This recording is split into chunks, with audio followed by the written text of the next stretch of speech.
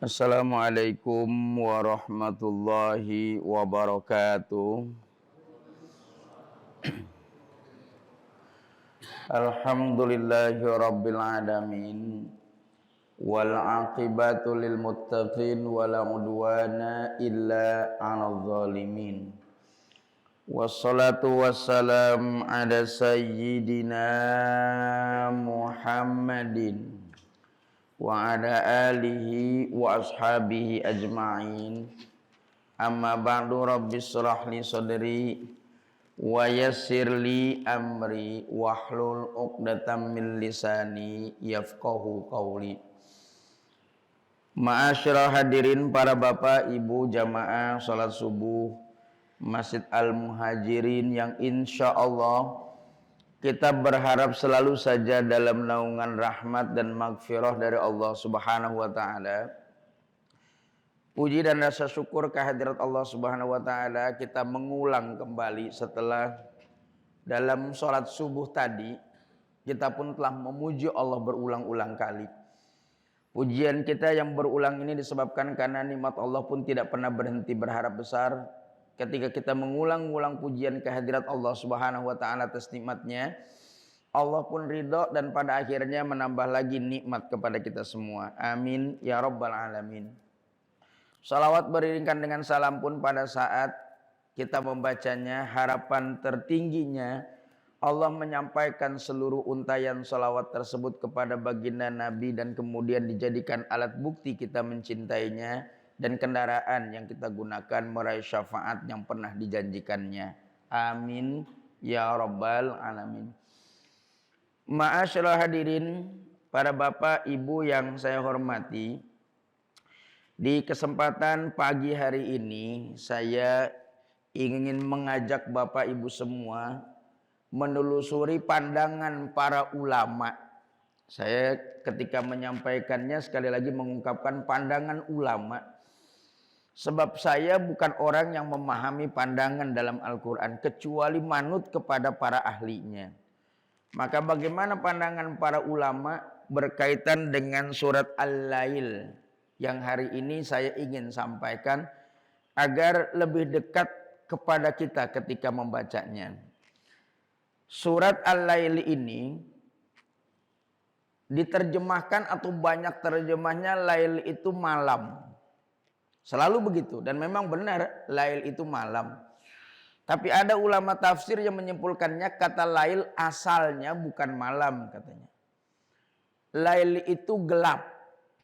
Dan gelap itu memang malam akhirnya diterjemahkanlah malam. Tapi asli kata al-lail itu bukan malam tapi gelap. Sehingga seorang perempuan yang rambutnya panjang dan berwarna hitam lebat. Karena memang identik mahkota perempuan ada pada rambutnya. Maka seorang perempuan yang rambutnya tebal, hitam, memanjang, maka dia disebut Laila. Gitu. Jadi Laila itu sebenarnya bukan nama orang, bukan juga malam. Tapi karena rambutnya hitam lebat, kemudian dinamakanlah dia Laila, istilah bagi perempuan yang rambutnya panjang kemudian lebat disebut Laila. Sehingga ketika saya ngaji dulu kemudian sang kiai menjelaskan demikian, lantas spontanitas saya berpikir kalau gitu nggak cocok bener nama Laila, udah rambutnya merah terus pendek lagi dicat gitu kan.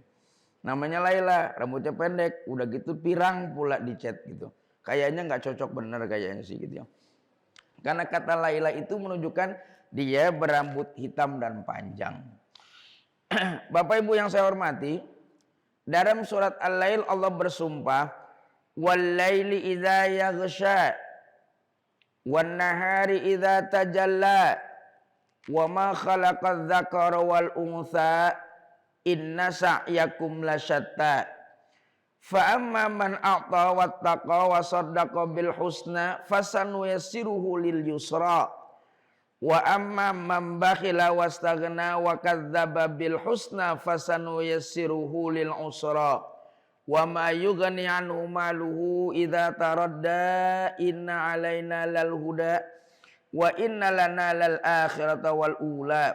Fa anzartukum naran talazza la yaslaha illal ashqal ladzi kadzdzaba wa tawalla wa sayujannabul atqal ladzi yu'ti malahu yatazakka wa ma li ahadin indahu min ni'matin tujza illa batigha wajhi rabbihil a'la wala saufa yarda. Begitu ayat Al-Quran bicara ataupun menyampaikan pesannya dengan Al-Lail ini. Bagaimana pandangan ulamanya? Pertama begini. Wal-laili, demi malam hari.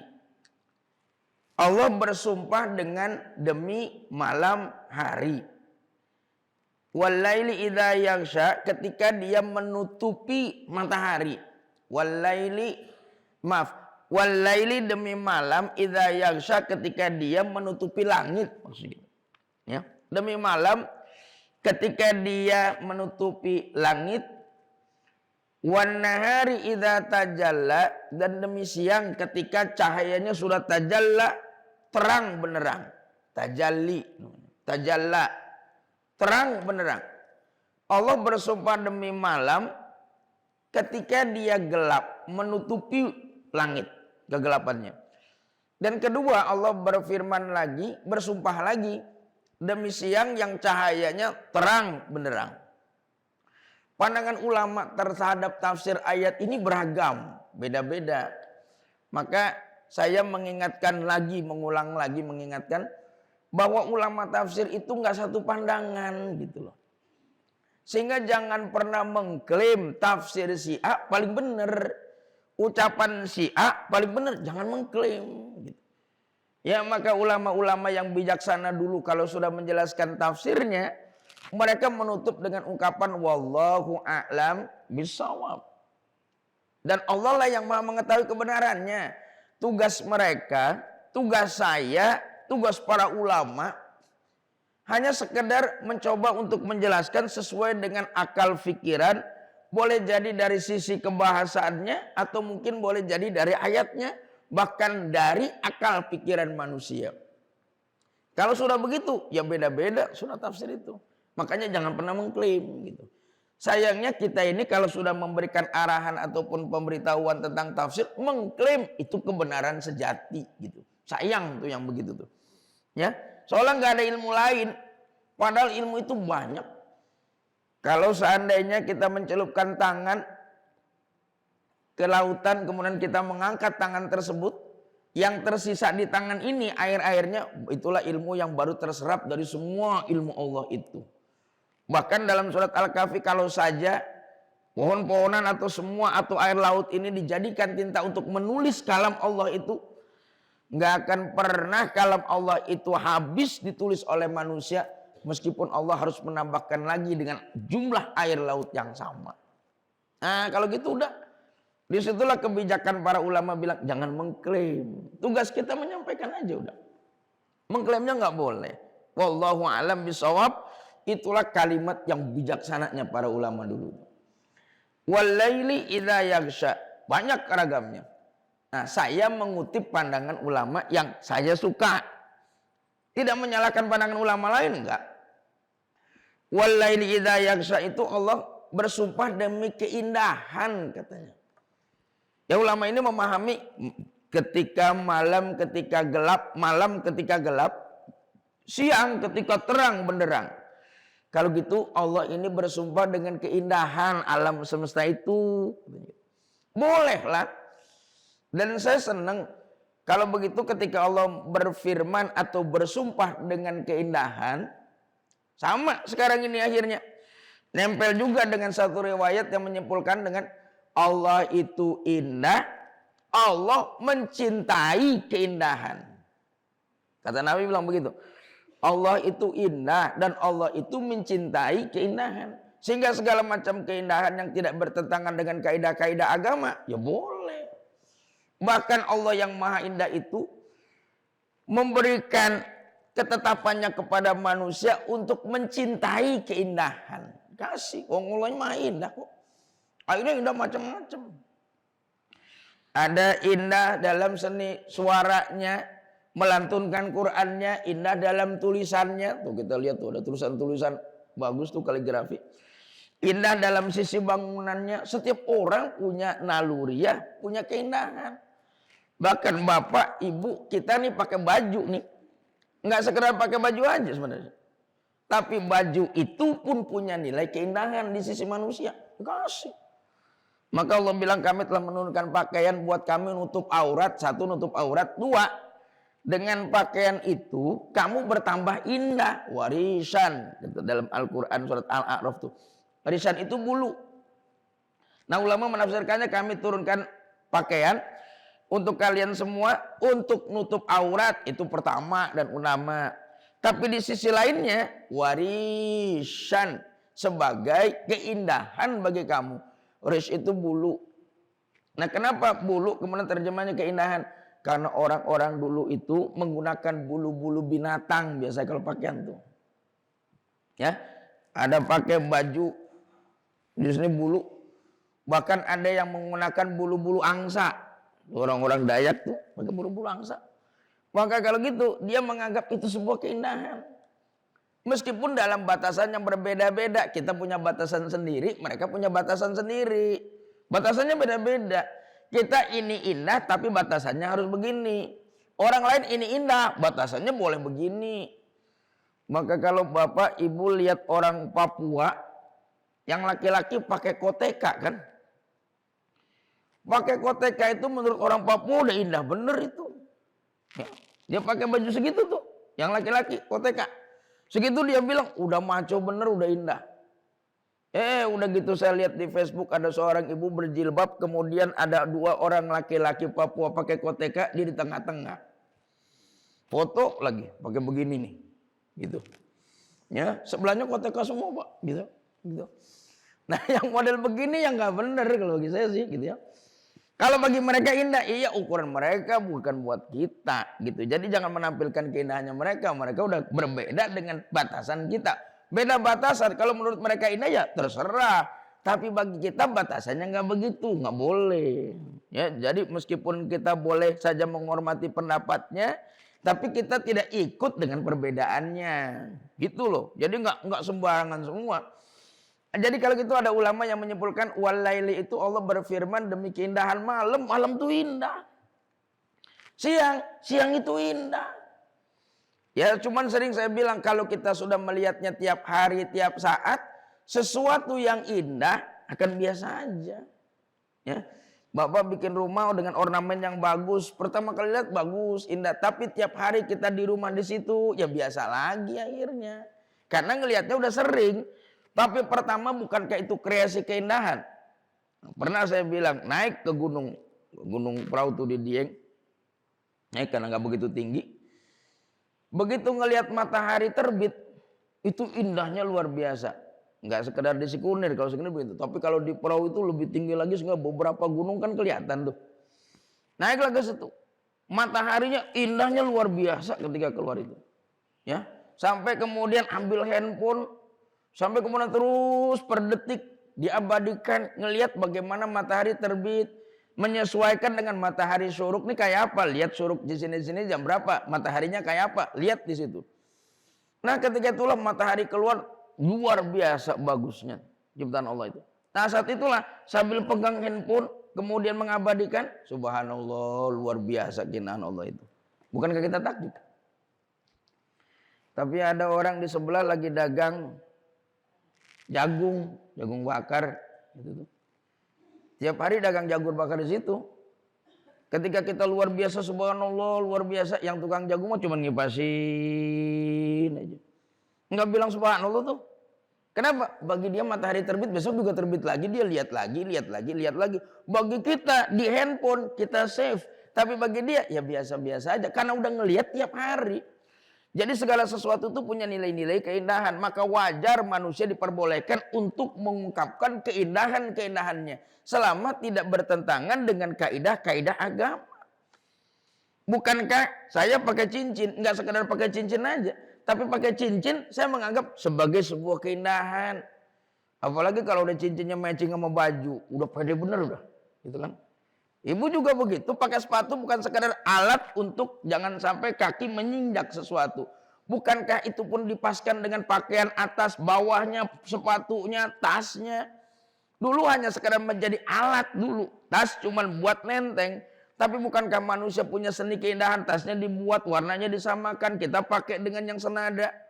Bukankah itu lambang-lambang keindahan? Maka kalau ada orang yang kemudian menghujat nilai-nilai keindahan, rasanya nggak pas. Dan nilai keindahan makin lama makin berkembang. Kemudian turun melewati dahi kita, akibatnya batal. Enggak, tapi punya nilai keindahan. Maka dibikinlah bahannya dan segala macam. Jadi, maka walaili idza yaghsha wan nahari idza tajalla. Sementara ulama ini menyimpulkannya itu sebagian dari sumpah Allah tentang nilai-nilai keindahan. Lihat matahari ketika dia terbit. Lihat malam ketika dia gelap. Malam bukan sekadar menakutkan, tapi malam juga sebuah keindahan. Orang-orang zaman dulu ketika listrik belum ada, masih gelapnya luar biasa, dia bisa lihat bintang, mengakses bintang tuh gampang bener. Sehingga meteor atau bintang jatuh yang turun kelihatan lewat. Kalau zaman sekarang udah enggak. Bukan enggak ada lagi meteor itu. Udah kalah sama listrik. Enggak ada gitu ya. Zaman dulu kunang-kunang masih kelihatan. Zaman sekarang kunang-kunang minggir udah kalah sama PLN. Gitu. Nah dulu bukankah indah itu? Nah jadi saya selain tafsir ulama yang lain, saya lebih senang dengan ulama yang menyimpulkannya walaili idza yaghsha wan nahari idza tajalla, bahwa Allah bersumpah menarik perhatian kepada manusia. Cintailah keindahan, berkreasilah kamu dengan keindahan. Berkreasi. Pakai bajunya berkreasi. Bahkan Nabi Muhammad pedangnya pun dihias, pedangnya aja dihias. Kudanya jadi hias, ya. Kalau gitu semua senang dengan yang namanya keindahan. Jadi jangan kemudian mengharamkan keindahan-keindahan yang terus berkembang. Asal jangan sampai melanggar kaidah agamanya. Selama dia menutup aurat ditambah dengan keindahan, boleh. Baju kita ini polos, pakai bordir, asalnya nutup aurat, bordirnya indah. Bordirannya indah itu. Ya, bahkan kalau memang bisa sih ibu pakai bunga-bunga tuh kan suka banyak perempuan lebih senang bunga-bunga tuh. Bajunya pakai bunga-bunga, lambang keindahan. Kalau enggak, kalau misalnya ngisi enggak mustahil sih bisa aja di pot juga ditempelin di sini kayaknya pot tuh. Ya pot bunga. Nah, kalau itu memang keindahannya pakai. Bentuk jilbab pun tutup kepala asalnya, tapi bukankah punya nilai-nilai keindahan juga dia? Jadi saya sependapat dan senang dengan ulama yang salah satu tafsirnya wallahu alam, dia bilang Allah menjelaskan tentang nilai keindahan. Jadi kita berkreasi akhirnya sebagai makhluk itu. Enggak diam, enggak jumut, enggak mengharamkan sesuatu yang sebenarnya sudah dihalalkan oleh Allah, boleh-boleh saja. Tapi sayangnya ini enggak boleh, itu jangan. Akhirnya kita jadi umat yang jumut, enggak berkreasi. Padahal kita ini Allahnya aja berkreasi, senang dengan keindahan kok. Ya tuh walaili idza yaghsha wan nahari idza tajalla. Sumpahnya demikian. Sumpah itu harus dipahami sebagai daya tarik Allah untuk memancing orang punya perhatian terhadap kalimat yang mau disampaikan. Jadi gini Pak, Ibu, kalau ketemu dengan sumpah dalam Al-Quran, bukan sumpah yang penekanannya, tapi kalimat setelah sumpah itu yang jadi penekanannya. Ya, bukan sumpahnya. Banyak kalimat Al-Quran. Ini walaili idza yaghsha, demi malam sumpah.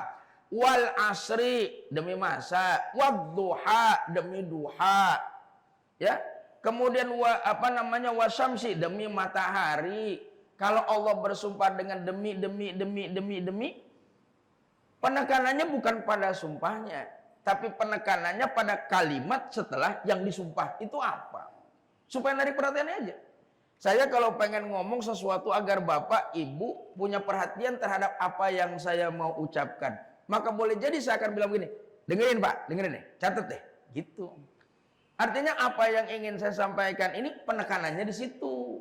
Gaya saya, gaya penceramah atau gaya yang lainnya, dengerin deh. Atau bisa jadi ketika orang sudah mulai meleng, kemudian dia pengen orang itu memperhatikan, ada yang ketok meja juga kok. Gitu. Dia pengen orang punya perhatian. Jadi perhatian itu macam-macam. Ketok meja boleh, bisa jadi. Tolong dengerin deh, perhatian gitu. Supaya orang itu memahami penekanan pada kalimat yang ingin dia sampaikan. Caranya macam-macam tadi saya bilang. Nah, kalau gitu apa penekanan ini? Wal-laili idza yaghsha wan nahari idza tajalla wa ma khalaqadz dzakara wal untha. Nah, ini penekanannya nih. Wa ma tidaklah Allah menciptakan menciptakan, tidaklah dia Allah telah menciptakan zakaro laki-laki wal untha dan perempuan. Tidaklah Allah telah menciptakan jenis makhluk ini laki-laki sama perempuan. Kalau gitu kenapa Allah bersumpah dengan ada laki-laki, ada perempuan? Jangan mengabaikan perempuan, wahai para laki-laki, gitu ya. Jangan menutup mereka dengan menganggapnya tidak berada di dunia ini. Membatasi pula yang sebenarnya mereka bisa melakukan. Nah gitu. Aku telah menciptakan laki-laki dan perempuan. Tidak akan pernah mungkin hidup laki-laki secara sempurna dan baik kalau nggak ada perempuan.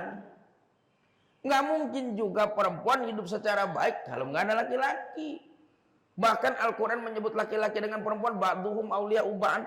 Sebagian di antara mereka menjadi pendampingnya, aulianya. Bukankah laki-laki hebat, perempuan juga hebat sebenarnya sih.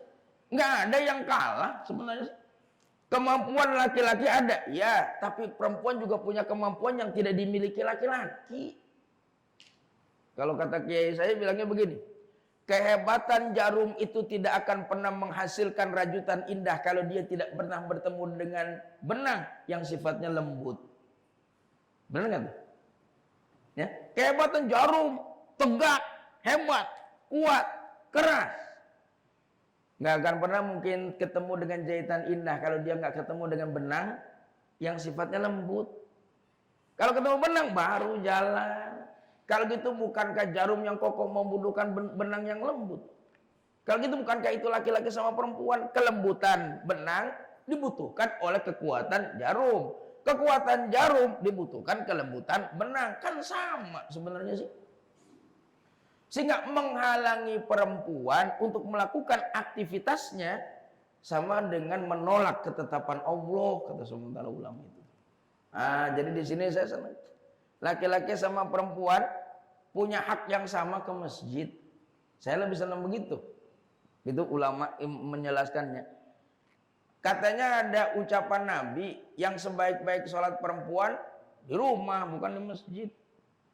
Maka ada ulama yang berkomentar, kalau Nabi menyimpulkan sebaik-baik sholat perempuan adanya di rumah, benar.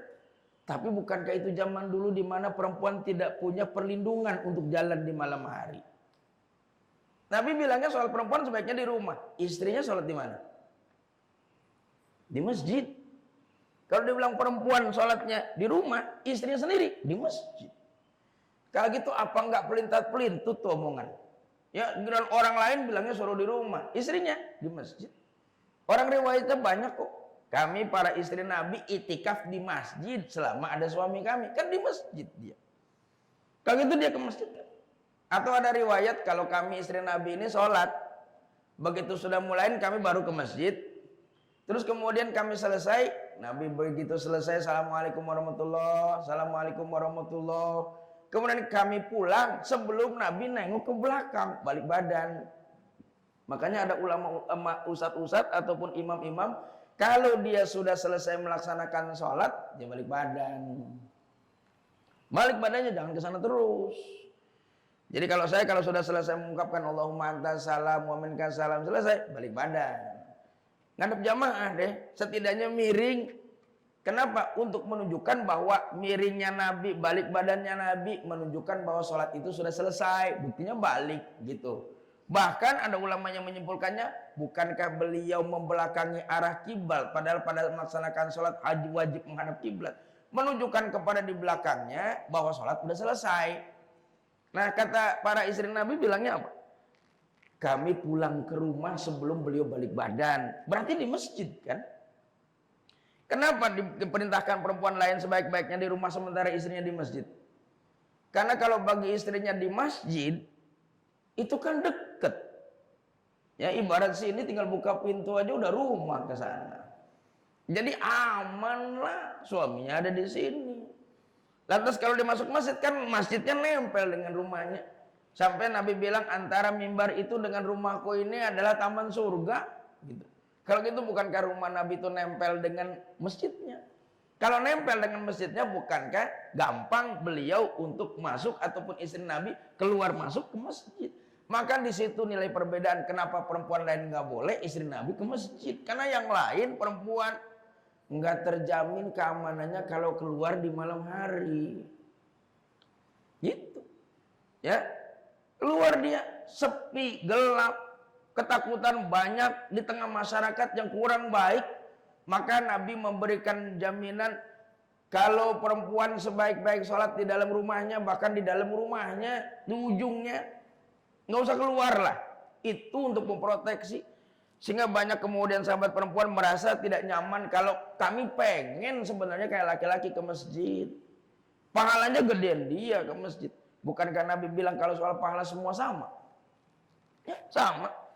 Ada perempuan pengen jihad ke perang, ikut perang. Maka Nabi menolaknya. Kenapa menolaknya? Jihad kamu itu di rumah, nungguin rumah, anak, ngurusin segala macamnya. Pahalanya sama dengan orang yang berangkat perang. Nah kita punya nilai-nilai begitu. Kenapa larangan? Larangan sesaat itu dan pada saat itu. Tapi kalau kondisinya nyaman, aman, mudah, sudah umum, ke masjid lah kayak di Al-Muhajirin ini. Ya umum di sini. Bahkan kalau perempuan tetap dibilang sebaik-baik sholat perempuan di rumah, orang umroh sekarang jutaan itu jalan ke masjid. Kenapa mereka berangkat jalan bareng banyak udah aman. Dulu sepi tempatnya. Tapi kalau sekarang kita umroh kan berangkat subuh, sebelum subuh jalan udah ribuan orang jalan. Terjamin keamanannya, terjamin tahajudnya di masjid. Nah kalau gitu bukankah kita harus memahami larangan itu? Begitu pada kondisinya. Tidaklah aku menciptakan laki-laki dan perempuan. Maksudnya laki-laki sama perempuan sama. Dia punya hak yang sama. Hak berpolitiknya, hak berpendidikannya, hak keluarnya sama. Kalau memang kondisinya aman. Aman. Kalau dibilang diamlah kamu di rumahnya dulu. Jadi bukankah hukum itu bisa berkembang berdasarkan perubahan situasi? Ada yang diistilahkan oleh para ulama mutaghayyirat namanya. Dia berubah. Dulunya nggak boleh, satu masa boleh berdasarkan dengan alasan-alasan yang bisa dibenarkan. Dulu Nabi bilang begini. Kuntun nahaitukum an ziyaratil kubri fal'an fazuruha. Dulu kata Nabi. Aku pernah melarang kalian untuk ziarah kubur. Fal'an sekarang ziarah lagi. Kenapa disuruh ziarah? Karena kalau sekarang kamu ziarah mengingat-ingat kematian. Ziarah lagi. Kalau gitu bukankah itu namanya mutaghayyirat berubah? Kenapa Nabi melarang itu? Dulu orang ke kuburan minta ke yang kuburan itu tuh. Minta. Itu yang gak disukai. Maka ketika melihat masyarakatnya minta, Nabi ngelarang. Jangan. Gak usah. Kubur. Selesai. Pulang. Dah. Tapi kalau sekarang iman kalian udah mantap, keyakinan kalian sudah hebat, maka tolonglah orang-orang yang meninggal dunia itu. Karena mereka bagaikan orang-orang yang timbul tenggelam di tengah lautan. Bantuin. Bantunya doa, bantunya ziarah. Kan dengan ziarah kamu mengingatkan kematian kepada kamu sendiri dan mendoakan orang itu. Bahkan dengan ziarah pun kita akan membaca assalamualaikum ya ala kubur setidaknya. Bukankah itu bantuan kepada mereka? Kenapa? Berubah sudah. Kalau gitu ada yang hukum Islam itu mutaghayyirat, kata para ulama menjelaskannya. Ada perubahan. Kalau waktunya kemudian situasinya berbeda dengan dulu, maka hukum bisa berubah. Hukum. Yang nggak berubah akidah. Akidah nggak berubah. Dari dulu manusia sepi, belum banyak kayak begini. Allah tetap satu. Sekarang manusia udah miliaran, banyak di luar biasa. Allah satu. Kita nggak bisa berpikir, Pak, sekarang kayaknya orang udah kebanyakan, Allah agak repot kayaknya kalau sendirian ngurus. Kan nggak bisa. Nggak ada kerepotan bagi Allah kan.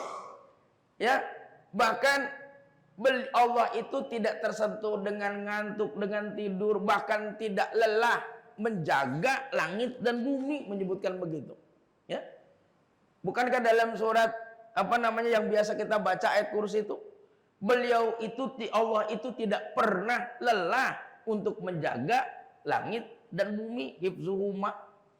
Menjaga langit dan bumi tidak lelah. Jadi meskipun ada perkembangan bumi dan langit, bagi Allah nggak lelah. Jadi Allah nggak butuh Tuhan, atau kita nggak butuh Tuhan berikutnya. Kenapa Allah menyebutkan dirinya tidak lelah? Akidah. Tapi kalau hukum bisa jadi berubah. Nah gitu ya. Nah jadi tidaklah aku menciptakan laki-laki dan perempuan. Wahai umat Islam, jangan suka meremehkan perempuan. Bahkan pahamilah kehidupan perempuan.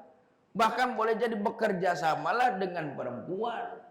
Kalau saya membaca sejarah Masjid Nabawi, dulu dipakai masjid itu bukan buat sholat kayak kita begini nih masjid. Masjid dipakai ada rapat, masjid dipakai ada tawanan perang, masjid. Makanya kan diikat di tiang-tiangnya tuh, tawanan tuh diikat ini di tiang-tiang masjid. Jadi penjara. Ada yang lepas perang sakit, terluka, dirawat. Siapa yang ngerawat? Maka dilihatlah banyak perempuan-perempuan yang aktif dalam persoalan perawatan itu. Bukankah dia juga diikutkan dalam kerjasama? Gitu. Ya jadi jangan membedakan perempuan dengan laki-laki. Dia punya kehebatan, laki-laki punya kehebatan. Ya, ada kemampuan laki-laki yang tidak dimiliki oleh perempuan, perempuan punya kelebihan yang tidak dimiliki oleh laki-laki. Nah, itu penghargaan Al-Quran atau Islam kepada perempuan. Bahkan dulunya kalau bicara tentang ilmu waris, perempuan itu nggak dinilai sama sekali, itu perempuan. Kalau bicara tentang warisan itu dulu, pembagian warisan itu hanya berlaku dan berputar di kalangan laki-laki. Jadi kalau ada mati nih, ada meninggal, warisannya mau dibagiin. Yang ngomong tentang warisan dan siapa yang berhak mendapatkan warisan, sekelilingnya cuma laki-laki aja udah. Perempuan gimana? Nggak dapat warisan. Perempuan nggak dapat warisan memang. Kenapa perempuan nggak dapat warisan?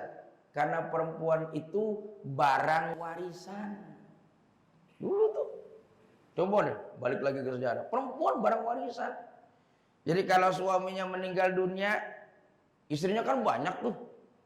Yang diwariskan bukan sekedar sapinya, untanya, kudanya, tanahnya, istrinya bagi-bagi.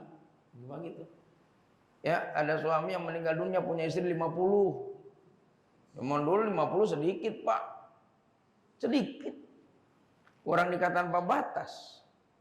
Ya, 50 istri sedikit. Raja Cina aja punya istrinya 1000. Ya, saya ketika dengar itu, saya ngulang tuh. Raja Cina punya istri 1000. Maka dalam pikiran saya, kapan pakai celananya itu orang? Ya, itu biasa. Jadi 50 tuh sedikit. Ada yang sampai 1000, 100, orang tanpa batas kok.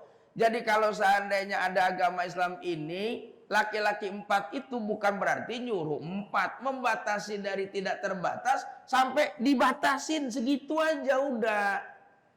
Ya, jadi tidak terbatas menjadi terbatas. Jadi jangan dianggap poligami itu nyuruh istri lagi, nambah lagi. Enggak. Karena dulunya tidak terbatas, sekarang 4 saja. 4 itu kan pembatasan. Kenapa? Karena untuk membagi kasih sayangnya repot. Kalau 1000 atau 50, kapan pembagian rasa kasih sayang itu? Nggak muncul. Padahal pernikahan itu tujuannya bukan sekedar dorongan seksual yang tersalurkan, tetapi membentuk sebuah ketenangan lahir batin. Ya, maka kalau 1000 tenangnya kayak apa? Ya, baru istrinya datang mau ngomong, buruan, udah ngantri tuh. Ngobrol aja belum ditanya, ngantri. Bahkan saya pikir kalau istrinya 1000 kayaknya nggak kenal namanya, kayaknya di nomornya itu istri 1, nomor 2, nomor 3, nomor 4. Nomor 4, masuk gitu. Kayak antrian dokter. Namanya aja banyak. Nah kalau gitu bukan seperti itu. Dulu Kalau dia meninggal dunia istrinya 50, meninggal dia, ya 50 bagi-bagi. Bagi-bagi buat siapa? Kakaknya dibagiin, adiknya dikasihin, anaknya dikasih, bapaknya dikasih. Itu warisan tuh. Jadi zaman dulu perempuan kalau ada yang meninggal dunia nggak mikirin saya dapat warisan berapa, nggak nanya. Tapi begitu suaminya meninggal dunia, yang dia tanyakan, saya kira-kira diwarisin ke siapa ya? Gitu. Zaman dulu tuh. Akhirnya turun Quran. Lirijali nasibum mimma kasabu. Bagi laki-laki ada hak dan bagian kalau bapak ibunya meninggal dunia, kerabatnya meninggal dunia dapat. Bagi perempuan dapat juga. Kalau seandainya bapaknya, ibunya atau keluarganya meninggal dunia, perempuan dapat juga warisannya. Berubah nggak tuh? Berubah. Bahkan perubahannya 2 kali nih, ibu nih. 2 kali. Satu, jangan jadikan dia sebagai barang warisan. Itu udah satu perubahan tuh. 2, kasih dia warisan meskipun sedikit juga. Jadi udah loncatan namanya tuh. Waktu Quran itu turun membagikan warisan udah ada loncatan. Jangan jadikan perempuan sebagai barang warisan. Bagi dia warisan. Berubah sekali bisa. Jangan jadikan perempuan sebagai barang warisan lagi ya. Tapi jangan dikasih warisan. Kan bisa. Tapi Quran gak mau. Jangan jadikan perempuan itu barang warisan dan kasih dia warisan. Udah 2. Makanya dalam agama Islam menghargai perempuan. Makanya perempuan gak usah ribut-ribut kalau soal warisan. Udah untung. Gitu. Zaman dulunya. Coba ibu bapak buka sejarah lagi. Bagaimana orang Yahudi memperlakukan perempuan dalam kondisi menstruasi. Gak manusiawi. Maka setiap rumah itu punya kamar khusus, gitu ya. Kalau perempuan itu menstruasi, masuk di kamar itu udah. Dikasih makan dari luar, dikunci dari luar. Udah. Kenapa? Karena dianggap dia sedang dalam kondisi kerasukan iblis katanya. Tutup sampai dia selesai menstruasi. Bukankah itu nggak ada penghargaan bagi perempuan? Muncul agama Islam, bagaimana tentang perempuan yang sedang menstruasi? Maka Al-Quran berpesan, wahai laki-laki, jangan engkau dekati perempuan itu. Dekati dalam pengertian, kamu melakukan hubungan seksual, dia sedang tidak nyaman kondisinya. Tapi jangan dikurung kayak gitu. Kamu masih boleh berdekatan, ngobrol dan segala macam, tidur bareng, boleh. Bahkan maaf dalam hukum fikih, melakukan senang-senang di antara pusar dengan ke atas masih boleh, maaf. Jangan dianggap ngomongan ini kotor. Tetapi bukankah itu Islam? Kalau dulu masuk kamar sana, kunci dari luar. Kecuali kalau dia sudah bersih dari haidnya. Bukankah kalau gitu perempuan itu saat itu tidak lagi dihormati? Setahu saya masih ada agama yang kalau suaminya meninggal dunia, istrinya wajib dibakar hidup-hidup. Ya, dibakar. Ada tontonan teman, ada YouTube-nya tuh. Dan kemudian saya baca sejarah, iya, udah di bukunya ada, YouTube-nya juga ada. Jadi kalau suaminya meninggal dunia, gimana kondisinya? Bakar, ikut dengan suaminya. Bayangin sampai kayak gitu. Bukankah dalam agama Islam kalau seandainya seorang perempuan ditinggal wafat oleh suaminya, dia menjalani masa idah saja. Memang masa idahnya 4 bulan 10 hari lebih lama daripada yang biasa. Kenapa? Dalam hati seorang perempuan kalau dia ditinggal suami yang baik, maka dia lebih lama berdukanya. Maka agama memberikan itu. Tapi kalau seandainya selesai, dia punya kebutuhan yang harus tersalurkan, boleh nikah lagi nggak apa-apa. Asal yang penting masa idahnya udah habis. Bukankah Islam mengatur begitu? Sementara agama lain enggak, putus sudah, enggak boleh sudah menikah dia. Mengkebiri nilai-nilai perempuan yang sama dengan laki-laki. Laki-laki punya hasrat juga punya hasrat. Kenapa yang ini boleh, ini dilarang? Seringkali kenapa sih orang selalu masih menghujat agama Islam, perempuan didiskriminasikan dalam agama Islam ini? Nggak ngerti. Padahal Islam sudah memberikan perkembangan yang cukup besar bagi perempuan itu. Jadi Islam memberikan tempat kepada perempuan karena Allah tidak menciptakan dalam kehidupan ini jenis kecuali laki-laki sama perempuan. Bahkan supaya laki-laki tertarik dengan perempuan, laki-laki diberikan nilai syahwat. Perempuan dikasih nilai syahwat juga. Ada. Laki-laki jadi senang ngedeketin perempuan. Perempuan senang dideketin laki-laki. Dikasih yang sama. Coba bayangin kalau nggak ada nilai-nilai itu dikasih oleh Allah tuh. Laki nggak ada nilai syahwatnya. Perempuan nggak ada nilai syahwatnya. Meskipun ada perempuan cakepnya luar biasa. Laki-laki yang nggak punya sangat paling-paling cuma pelangak, pelongo. Gitu. Nggak ada nilai. Kalau gitu nggak akan terjadilah pernikahan, nggak akan tumbuh manusia, bertambah manusia, kemudian dunia bisa berputar dengan baik. Enggak. Nah jadi wa ma khalaqadz dzakara wal untha, tidaklah aku menciptakan laki-laki dan perempuan. Maka kalau gitu derajatnya sama. Ya Allah tidak membedakan. Kalau seandainya mereka beramal gimana pahalanya? Sama. Meskipun ibadah yang mereka lakukan beda, sama udah. Allah tidak membeda-bedakan amal dan pahala bagi seorang perempuan. Begitu kita memahaminya. Jadi amat disayangkan ketika saya melihat tayangan perempuan-perempuan di satu negeri yang dikebiri kebebasan dan hak-haknya atas nama inilah ajaran Islam. Ya, sayang. Dan beruntunglah ibu tinggal di sebuah negeri di Indonesia ini yang para ulamanya memberikan hak kepada perempuan berdasarkan kaidah-kaidah agama. Sebab di negeri yang lain perempuan dikebiri atas nama agama pula. Agama tuh dipakai label dari dulu tuh. Ya. Nah, tidaklah kami menciptakan laki-laki dan perempuan. Terus berikutnya, inna sa'yakum lasyatta. Sesungguhnya sa'yakum, usaha kalian manusia, lasyatta, berbeda-beda. Allah sumpah nih. Berikutnya yang kedua, laki-laki sama perempuan udah. Berikutnya yang kedua, bahwa dengan sumpah itu Allah ingin menyatakan kami telah menciptakan usaha manusia dan perilakunya berbeda-beda. Jadi kalau gitu yang menghendaki perbedaan siapa kira-kira? Kita apa Allah? Hah? Kita apa Allah kira-kira? Allah. Allah yang menghendaki kita berbeda. Bukan maunya kita berbeda. Allah yang menghendaki. Inna sa'yakum lasyatta. Sesungguhnya usahamu, kondisimu beda-beda. Nggak ada yang sama. Kalau gitu yang menghendaki adanya perbedaan Allah. Allah menghendaki perbedaan. Yang tidak dikehendaki oleh Allah bertengkar dalam perbedaan. Itu yang Allah nggak kepengen. Tapi kalau berbeda mah berbeda. Nggak mungkin ulama sama, nggak mungkin para pemikir sama. Enggak.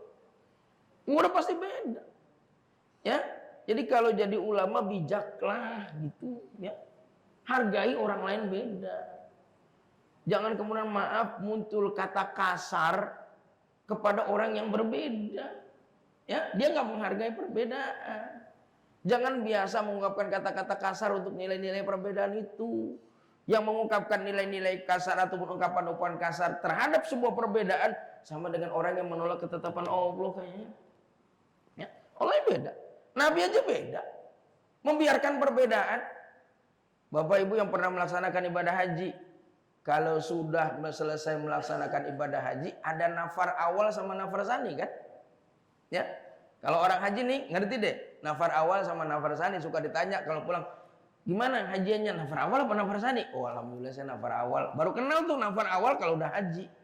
Kalau belum haji nggak kenal. Kalau begitu haji, oh ini nafar awal, oh ini nafar sani. Nafar awal itu orang atau rombongan, nafar namanya juga. Rombongan yang keluar dari kota Mina. Ya, setelah melaksanakan lontar jumroh hari yang kedua udah selesai dia pulang. Sementara nafar sani nunggu besoknya lagi. Gitu. Nah, para sahabat izin kepada Rasul, ya Rasul, kalau kami pulang duluan kira-kira boleh nggak nih? Sebab rumah kami dekat, kemudian kambing kami ini mesti digembala segala macamnya. Kami izin pulang duluan ya. Maka sikap Nabi apa? Silahkan di pulang sana, urusin rumahnya, kambingnya segala macam. Yang ikut dengan Nabi karena nggak pulang ke Mekah karena dari Madinah, Dia bilangnya kita ngikutin Nabi lah, mau kemana lagi? Uang Nabinya di sini, terus kemudian kita rumahnya di Madinah, ke Mekah juga buat ngapain? Maka mereka sampai di Mina tuh 3 hari ngikut. Tapi yang bagus yang mana? Nafar awal apa nafar sani? Boleh dua-duanya kok. Yang penting mau nafar awal kek, mau nafar sani kek, 5 menit tako, buat takwa semuanya. Ya, kita kadang-kadang melupakan tujuannya, berdebat pada caranya. Kita begitu terus. Tujuannya kita lupa. Caranya orang bisa beda-beda, tujuan bisa sama kok. Wong di sini tadi subuhan, imamnya baca kunut, ada yang enggak tuh saya lihat. Diam aja. Ya. Tapi bukankah yang enggak kunut dan kunut sama, semuanya pengen ibadah kepada Allah. Cara mereka bisa jadi beda. Tujuannya ngapain? Dia pengen ibadah, kita pengen ibadah. Ya, jadi jangan kemudian memperuncing perbedaan-perbedaan. Kalau masih ada persamaan-persamaannya, cari kesamaannya, jangan cari perbedaannya melulu. Berantem terus kita umat Islam ini. Ya, kalau udah nonton YouTube para ustadz, saya suka sedih juga, bukan suka seneng. Kenapa? Karena ustadz ini cari dalil mempertahankan ini, ustadz ini cari dalil kemudian menyalahkan itu. Aduh, gitu. Kesian umat. Ya, sebab itu gampang diakses YouTube itu. Sehingga umat akhirnya bingung. Kenapa? Karena petingginya berantem semua di atas itu. Ya. Sampai ada 2 istilah. Maka kalau ada 2 gajah berkelahi, yang mati yang pelanduk lah pasti. Gajahnya mah punya kekuatan hukum. Gajahnya punya kekuatan dan segala macamnya. Sementara pelanduknya nggak mampu untuk melawan, keinjek dia. Jadi kalau memang ada persamaannya, cari bersamaannya, jangan cari perbedaannya. Karena perbedaan sudah ketetapan Allah. Silakanlah menulis, silakanlah berpendapat, tapi jangan suka menyalahkan pendapat-pendapat orang lain, karena orang lain boleh jadi berdasarkan kemampuan atau pengalaman yang mereka tahu. Inna sa'yakum lasyatta, sesungguhnya kami telah menciptakan perbedaan. Usaha-usaha kamu berbeda-beda, usaha beda-beda. Jadi banggalah dengan perbedaan. Bahkan kayaknya kalau dunia ini cuma satu warna, Pak, nggak enak kita ngelihatnya. Ya, semua dunia diisi dengan warna putih semua, nggak enak. Tanya aja sama orang yang buta warna. Ya, bagi dia warna semua sama. Apa bagusnya? Nggak kelihatan. Mau kasih ini juga sama aja. Tapi bukankah kita yang melihat ada perbedaan warna bisa melihat keindahan-keindahan ini nih? Kalau gitu perbedaan ini aja udah sebuah keindahan. Ya, ada warna kuning, ada warna hijau, ada warna putih, ada abu-abu. Bukankah itu semua nilai-nilai keindahan? Jadi berbeda itu adalah nilai-nilai keindahan. Allah menetapkan kita berbeda. Yang Allah nggak suka bertengkar dalam perbedaan. Ya, mudah-mudahan masjid ini memang siap ada perbedaan, tapi tidak ingin dan tidak menginginkan ada pertengkaran dalam perbedaan. Cuma yang boleh jadi bukan menjadi pemimpin saat ini, maka tunduklah dengan pemimpin yang saat ini berkuasa. Kun imaman muto'an au ma'muman muti'an. Katanya bilang begitu. Jadilah kamu imam yang ditaati. Kalau nggak jadi imam ditaati, ya jadi makmum yang taat aja udah. Kamu sholat di sini udah ada pengurusnya, yang ngikutin di sini udah. Jangan merubah yang sudah ada, ngikut aja udah. Gitu ya. Cuman kita kadang-kadang pengurus bukan dari luar pengen merubah yang ada, berantem sama yang ada. Kayak gitu lagi itu. Karena merasa saya paling benar, saya paling baik, ibadah orang kampung sini salah semua dalam pandangan dia. Salah semua. Ya? Nah, jadi tidak menghargai ketetapan Allah itu. Nah, itu jadi maksudnya Allah bersumpah dengan 2 itu. 1, Islam adalah agama yang menghargai perempuan. 2, harus sadari ya, yang namanya perbedaan itu ketetapan Allah yang nggak mungkin kita bisa hindari.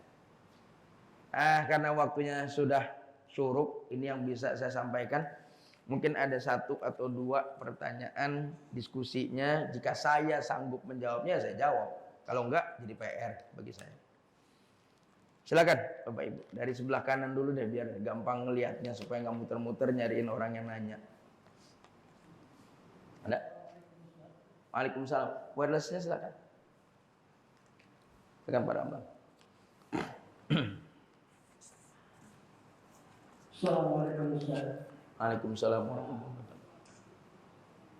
Di balik maksud Allah bersumpah dengan makhluknya itu, Apa Ustaz? Resikonya apa? Kenapa mesti harus ikut serta? Maksudnya bahwa untuk bersumpah wallahi wadahari. Terima kasih Ustaz. Assalamualaikum warahmatullahi wabarakatuh. Waalaikumsalam warahmatullahi wabarakatuh. Awal tadi saya menyampaikan ulama bisa beda-beda. Jadi kalau Bapak maksudnya apa secara pasti, nggak ada yang bisa jawab. Kalau secara pasti, nggak ada yang bisa jawab. Gitu ya? Nah, jawaban-jawaban ulama, kenapa Allah bersumpah demi makhluk? Padahal makhluk itu recehan gitu, dibanding Tuhannya. Tapi kenapa diciptakan? Ada ulama yang berpendapat bahwa Allah menghargai hasil ciptaannya, maka dia mengikut sertakan makhluk dalam sumpahnya. Kita nggak bisa menolak pandangan itu, sebab semua nggak ada yang tahu maksudnya. Ada yang bilang kenapa Allah bersumpah dengan benda-benda atau makhluk itu. Ada ulama yang bilang cobalah perhatikan, ambil manfaatnya. Ada juga yang kayak gitu. Barusan yang saya sampaikan adalah demi malam, demi siang. Itu keindahan namanya. Nah jadi jawabannya nggak mungkin satu. Paling tepatnya apa Pak? Wallahu a'lam bishawab. Paling tepat. Ya, itu paling sempurna jawabannya. Pak, Ustaz, kira-kira maksudnya apa? Wallahu a'lam bishawab. Gitu. Tapi kalau semua jawaban selalu saya jawab dengan wallahu a'lam bishawab, saya nggak diundang lagi bulan depan Pak. Setiap ditanya wallahu a'lam bishawab, wallahu a'lam bishawab gitu kan. Nggak ditanya bulan depan lagi, nggak diundang udah. Tapi kalau gitu ada jawaban-jawaban, ada jawabannya hasil nalarnya para ulama yang saya tahu, yang saya hafal. Saya sampaikan yang paling pasti. Oh, tapi kemudian ada keindahan dan segala macam. Kurang lebih demikian. Wallahu a'lam bishawab. Ada lagi? Silakan. Dari ibu di belakang, di balik apa tabirnya? Nggak ada ya? Kalau tidak ada, ini yang dapat saya sampaikan, setidaknya ada dua penekanan. Allah menghargai laki-laki dengan perempuan. Ya, kalau Allah sudah menghargai, jangan injak-injak perempuan karena Allah sudah menghargainya. Dan kemudian perempuan, tolong jaga kehormatannya karena Allah sudah menghargai. Jadi sayang sekali, jangan kalau mau merusak kata Allah sesuatu yang sudah diperbaiki, kan gitu. Ya. Wala tufsidu fil ardi ba'da islahiha. Jangan kamu merusak bumi setelah mau diperbaiki. Rasanya merusak setelah diperbaiki itu lebih parah daripada merusak sebelum diperbaiki. Ya kan? Itu udah bagus ditata, diacak-acak. Kan konyol yang ngacak-ngacak gitu toh. Perempuan sudah ditinggikan oleh Allah, dia turunkan lagi. Bukankah itu namanya dia merusak setelah diperbaiki. Jadi jagalah harkat dan martabat perempuan, karena Allah sudah mengangkat perempuan tinggi nilainya, bahkan disamakan dengan laki-laki. Setelah sebelumnya laki-laki menganggap dirinya paling hebat dibandingkan dengan perempuan. Dan kita menghargai setelah membuka luas perbedaan tersebut. Menghargai adanya perbedaan, bersatu dalam perbedaan untuk keindahan, bukan bersatu dalam perbedaan untuk perpecahan. Demikian kurang lebih. Ala hadhihi niyah. Al-Fatihah. A'udzubillahi minasyaitonirrajim. Bismillahirrahmanirrahim. Alhamdulillahirabbil alamin arrahmanir rahim maliki yaumiddin iyyaka na'budu wa iyyaka nasta'in ihdinas siratal mustaqim siratal ladzina an'amta 'alaihim ghairil maghdubi 'alaihim waladdallin amin. Astaghfirullahaladzim ya dzal jalali wal ikram amin ta'ala dinil Islam. Allahumma shalli wa sallim ala sayyidina Muhammadin fil awwalin wal akhirin wa sallim tabaraka wa ta'ala kulli sahabati rasulillahi ajma'in. Allahumma nawwir qulubana binuri hidayatika kama nawwartal arda binuri syamsika abadan abada. Allahumma inna nas'aluka hubbaka wa hubba man yuhibbuka wa hubba kulli amalin yuqarribuna ilaika. Ya Allah, puji syukur atas nikmat-Mu, salawat salam kepada Nabi-Mu. Ya Allah, ya Rahman, ya Rahim, terangilah hati kami dengan cahaya hidayah-Mu sebagaimana Engkau telah menerangi bumi dengan sinar matahari-Mu. Ya Allah, berikan kemampuan kepada kami untuk mencintai-Mu, mencintai orang-orang yang mencintai-Mu, mencintai segala macam perbuatan-perbuatan yang mendekatkan diri kami kepadamu. Wa sallallahu alaihi wasallam Muhammadin wa ala alihi wa sahbihi wasallam walhamdulillahi rabbil alamin.